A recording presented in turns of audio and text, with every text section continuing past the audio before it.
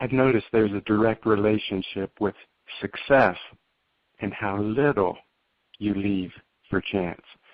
The most successful people and companies have their processes refined to the point that customers are treated a certain way and that expectation is always met. The same commitment to processes in successful companies also exists throughout the methods they use to get things done. They leave little for chance. This is not only true for car dealerships, but for any professional. The big news this weekend was that the Golden State Warriors now have another top 5 player in the NBA added to their roster.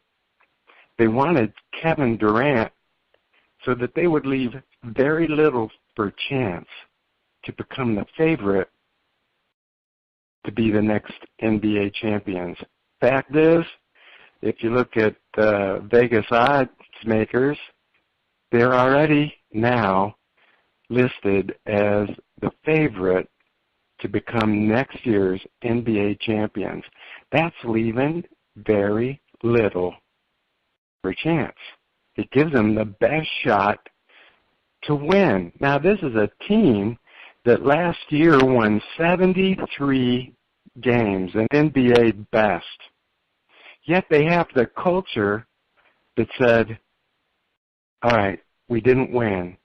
What do we need to do to leave little for chance that we're the next champions? And they reached that. I'm confident every team in the NBA noticed this dramatic move, and they will consider adjusting their rosters. It would leave little chance for them to compete. Other teams might see the Warriors' move as removing any chance for them to succeed.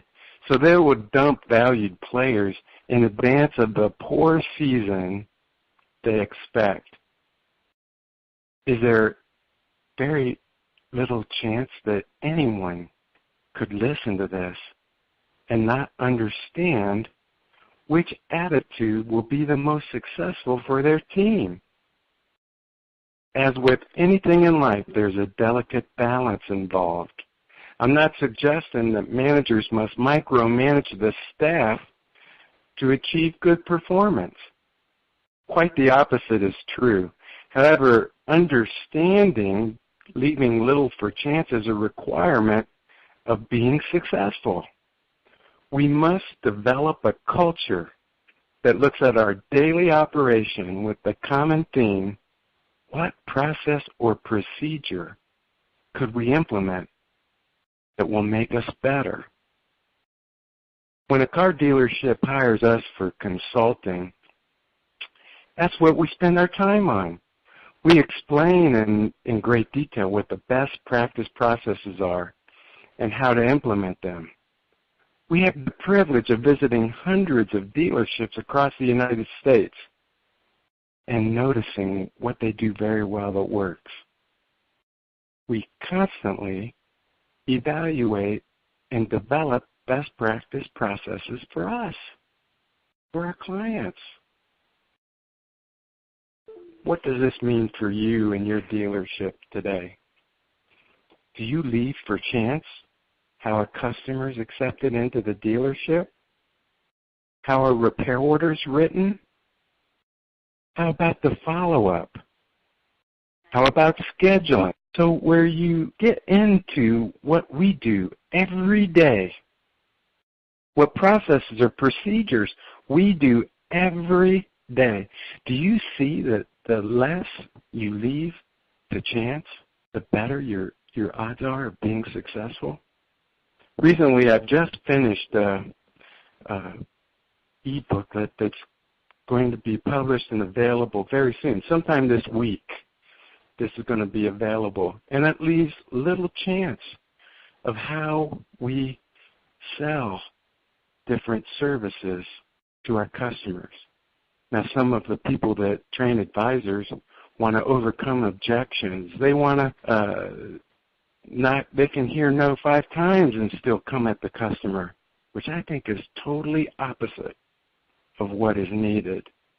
But when we leave little chance Then we go in and we go, what mileage do we recommend these things? Why do we recommend these things? How do we do a professional feature benefit presentation that removes any chance when our advisors are going to recommend things? The day of giving someone a terminal, calling them an advisor, and leaving them go on their own are gone.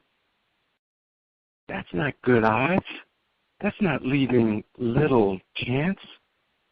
What about bringing on a new manager? Not providing them the training they need, the input they need on what to do to be the very best. We just say, go take your chances. You're the manager now. Be successful. Make your numbers good. Do you see how crazy that sounds? Yet we do it throughout our lives. We do it often.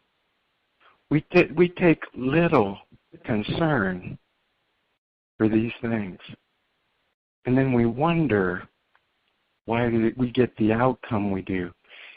I've seen so often, a manager brought in, given a great opportunity, nice dealership, no experience, thrown to the wolves, and then they wonder why they're not successful. I've seen them take in rookie technicians. Doesn't matter what the position is.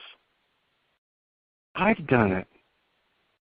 I remember this one rookie technician I brought in, just out of school, didn't even want him to do anything, just shadow 2 lube techs to see how we process repair orders and use the lifts. Man, I heard it almost an explosion. First day on the shop, first couple hours on the job, 2 big crashes in the shop. I go running out into the shop, and what do you think I see? That they put that guy in a brand new Z28 4-speed, and he was up. They said, start the engine. He was up elevated because they were going to look for a leak. Thing was on its first oil change. He obviously didn't know how to drive a stick, drove it over the lift, across the shop, into another customer car. I had 2 crashes.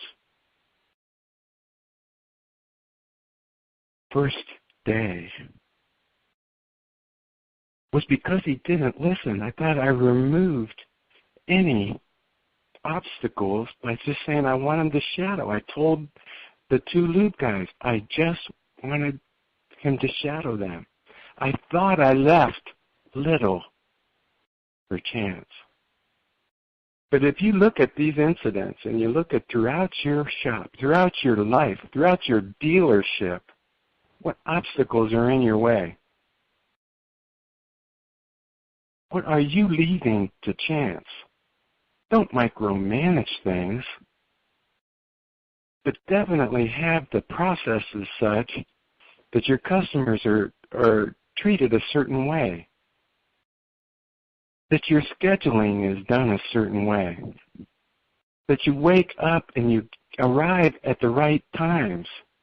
Leave very little for chance. Hope you accept this challenge, and I'll talk to you next week.